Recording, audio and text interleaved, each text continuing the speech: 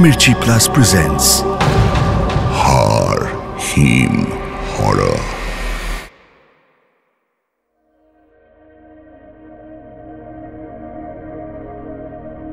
অদৃষ্টের অদ্ভুত খেলা। না হলে টুকাইয়ের মান্নাপাড়ায় ফিরে আসার কথাও ছিল না। ওর বাবা সেই কবে কলকাতা ছেড়ে ব্যাঙ্গালোর চলে গেছিলেন। বড়সড় কর্পোরেট কোম্পানিতে চাকরি, নিজের শহরে বদলি হওয়ার কথাও নয়। আচমকা নতুন ম্যানেজিং ডিরেক্টর এসে সবার প্রতি একটু সদয় হয়ে উঠলেন। বললেন, সবাই বাড়ি ছেড়ে দূরে দূরে থাকছে, ব্যাপারটা একেবারেই ঠিক হচ্ছে না। যদি সম্ভব হয় নিজেদের লোকেশনে পাঠিয়ে দাও। ব্যাস, আর কি। তল্পি তল্পা ছেলে বউ নিয়ে টুকাইয়ের বাবা চলে এলেন কলকাতার কাজ ঘেঁষা মফস্বলের নিজের বাড়িতে, নিজের পাড়ায়।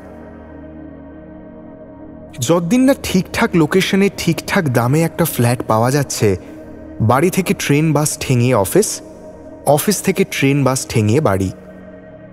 টুকাইয়ের অবশ্য ব্যাপারটা মন্দ লাগল না। মাঝে মধ্যেও দেশের বাড়ি আসতো বটে, কিন্তু পাকাপাকি আসার মজাই আলাদা।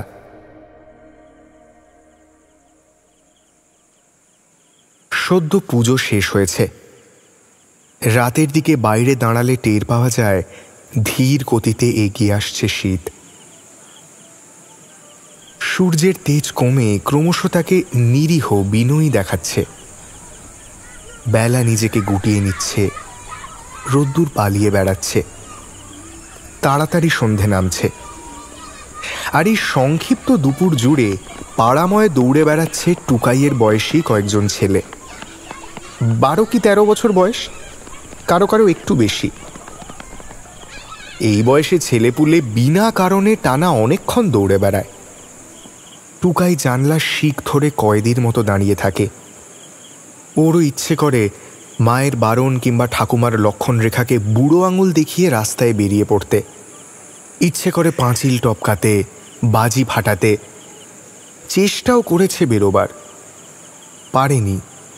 আসলে বছরের একেবারে শেষের দিকে এসেছে তো, তাই জানুয়ারি না পড়লে কোনো স্কুলেও ভর্তি হতে পারছে না। অনন্ত অবসরের ঘেরাটোপে নিজেকে ভীষণ একলা লাগে।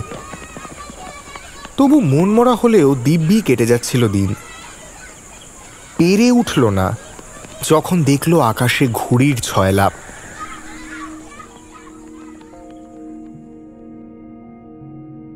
এই পাড়ারই সরু গলির মধ্যে থেকে দামাল ছেলেগুলো আকাশ দখল করে রেখেছে। আর ওর হাতে না আছে লাটাই, না আছে সুতো। এখনো ও বন্দি, শুধু জানলার বদলে রেলিং দেওয়া দোতলার ছাদে ওঠার ছাড়পত্র পেয়েছে। এরই মধ্যে হঠাৎ একদিন ছাদে দাঁড়িয়ে টুকাই দেখতে পেল তুঁতে রঙের একটা ময়ূরপঙ্খী ঘুড়ি ভাসতে ভাসতে ওদের পাড়ার আকাশে ঢুকে পড়েছে। কেটে যাওয়া ঘুড়ি, গতিপথ দেখেই বোঝা যায়। হয়তো কোনো গাছে জড়াবে কিংবা ইলেকট্রিকের তারে। তবু টুকাই নিজেকে সামলাতে পারল না। ঘড়িটা যেন ওকে টানছে। এক দৌড়ে নিচে নেমে গেট খুলে পলকের মধ্যে ধাঁ। দেখতে পাওয়া তো অনেক দূরের ব্যাপার, টুকাই যে ছাদ থেকে নেমেছে এটাই ওর বাড়ির কেউ খেয়াল করেনি। এরপর যা হয়, পাড়ার আর 5টা ছেলের সাথে টুকাইও হাঁটছে আকাশে চোখ রেখে। তবে ওর হাতে না আছে লগা, না আছে কিছু। ঘুড়িটা উঠতে উঠতে একটা দোতলা বাড়ির অ্যান্টেনায় আটকালো।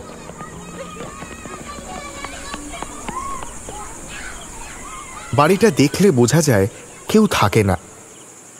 দেওয়ালে বট অশ্বত্থের নির্ঝঞ্ঝাট সংসার বিছানো, গায়ে কয়েকটা সুপুরি গাছ। জানলার গ্রিল বেয়ে উঠে পড়া খুব একটা কঠিন কাজ নয়। টুকাই ব্যাঙ্গালোরে রক ক্লাইম্বিং শিখত, এটুকু অনায়াসে পারবে।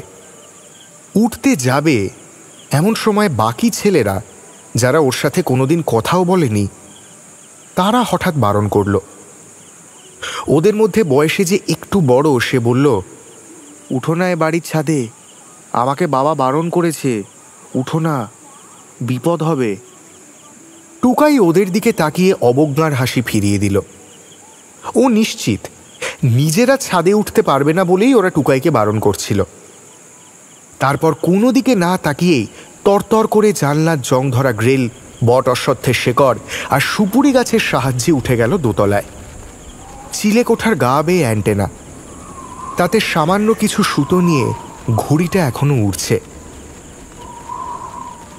ছাদের এদিকে সেদিকে ছড়িয়ে স্মৃতির জঞ্জাল, দোতলা রথ, ভাঙা সাইকেল, জলছাদের মেঝে পুরু ধুলোর আস্তরণ। হাওয়াই চটিটা নিচে রেখে এসেছে, প্যান্টে গুঁজে নিয়ে এলে ভালো হতো। এসব ভাবতে ভাবতেই ঘুড়ির সুতোখানা হাতের মুঠোয় নিল। বেশ শক্ত মাঞ্জা, টেনে ছিঁড়তে পারল না। দাঁত দিয়ে কেটে কাঁধে ঝোলালো ঘুড়িটা। বুকের পাটা আপনা আপনি ফুলে গেছে টুকাইয়ের। নিচে যখন নামবে তখন গোটা পাড়ার ছেলেরা টের পেয়ে যাবে টুকাই যে সে বান্দা নয়। ভয় পাবে ও। এসব ভাবতে ভাবতে ছাদের ধারে এসে দাঁড়িয়েছে। হঠাৎ ওর মনে হলো কে যেন ওর পেছনে দাঁড়িয়ে। ঘাড় ঘুরিয়ে দেখল কেউ নেই, কেউ থাকবার কথাও না। নিজের ওপর নিজেরই হাসি পেল।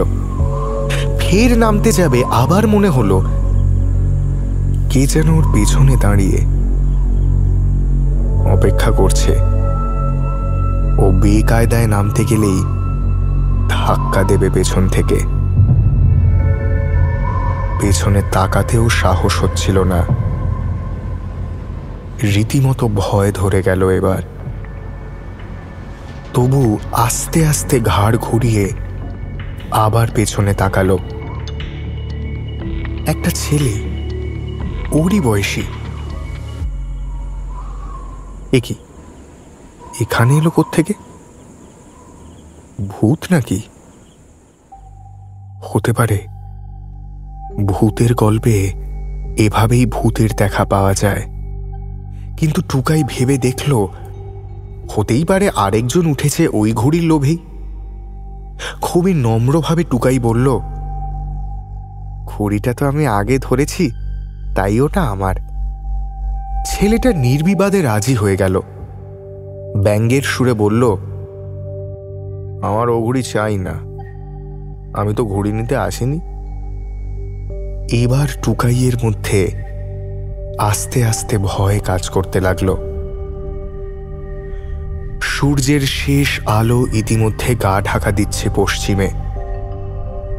সন্ধ্যের আলো জ্বলে উঠছে এদিকে সেদিকে। আর এই অন্ধকার ছাদে টুকাইয়ের মুখোমুখি দাঁড়িয়ে একটা অচেনা ছেলে বলছে ও ঘুড়ি ধরতে আসেনি। তাহলে তাহলে কি জন্য এসেছো তুমি? টুকাইয়ের গলায় ভয় খেলা করছে। শিরশিরে ঠান্ডা হাওয়াকে অগ্রাহ্য করে বিন্দু বিন্দু ঘাম জমছে কপালে, নাকের ডগায়। ছেলেটার মুখে চোখে কোনো বিকার নেই। খুব স্বাভাবিকভাবেই বলল, একটা গল্প শুনবে? টুকাই প্রতিবাদ করল, না শুনবো না গল্প, আমি আমি আমি বাড়ি যাব। তোমাকে তো শুনতেই হবে গল্পটা। বাড়ি যাবে কি করে? ঠেলে ফেলে দেব তোমায় আমি ছাদ থেকে।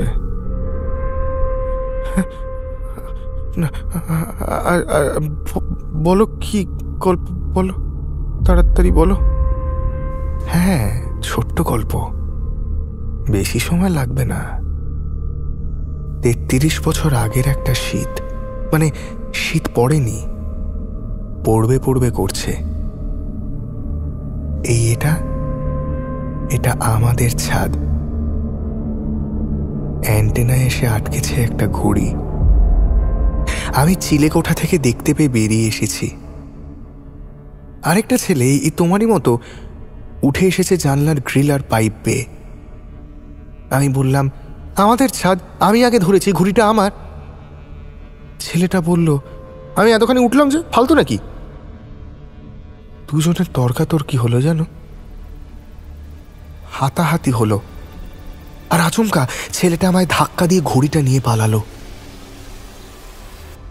ও ফিরেও দেখেনি আমি টাল সামলাতে না পেরে ছাদ থেকে পড়ে গেছি।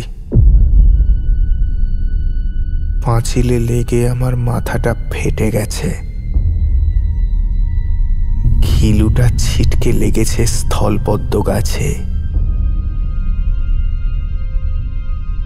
হালকা গোলাপি রঙের ফুলে লাল রক্তের ছোপ। দাঁড়াও দাঁড়াও, কুঁকড়ে যেও না। পালিয়ে যাওয়া ছেলেটাকে তো তুমি চেনো। খুব ভালো করে চেনো।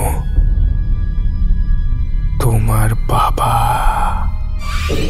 হ্যাঁ, তোমায় আদর স্নেহ দিয়ে বড় করেছে। ভালো ভালো, কিন্তু এই হিসেবটা যে বাকি থেকে গেল, আজ মিটিয়ে নেব। এইবার আমি তোমায় ঠেলে ফেলে দেব। কেমন সুদবোধ? পালাও, শুনতে পাচ্ছ না? পালাও পালাও পালাও। আর ছেলেটার মুখের দিকে তাকাবার সাহস হলো না টুকাইয়ের। অনেক সাহস এনে বিড়বিড় করে বলল, বাবা, বাবা করেছে এমনটা? বাবা করেছে তো? আমি আমি তো করিনি। আমি করিনি, আমি কিছু জানি না। এটা কি ঠিক হবে? অট্ট হাসিতে ফেটে পড়ল ছেলেটা।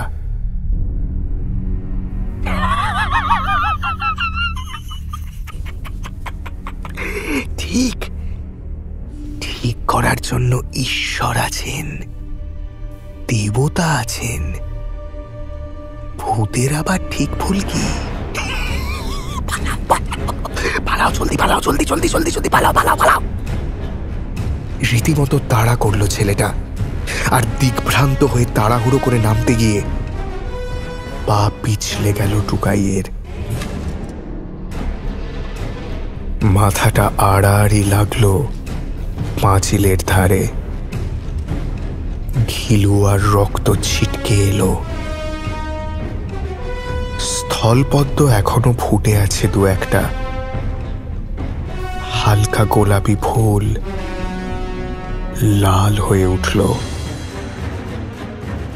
উপর থেকে একটা শীতল কণ্ঠস্বর চিৎকার করে বলল, বউকাট্টা, বউকাট্টা।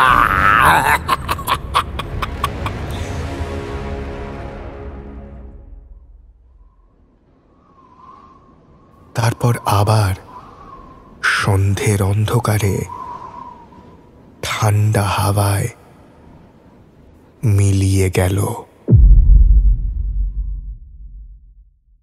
হাড় হিম হরর আপনারা শুনতে পারেন এক্সক্লুসিভলি মির্চি বাংলার ইউটিউব চ্যানেল এবং গানা অ্যাপে।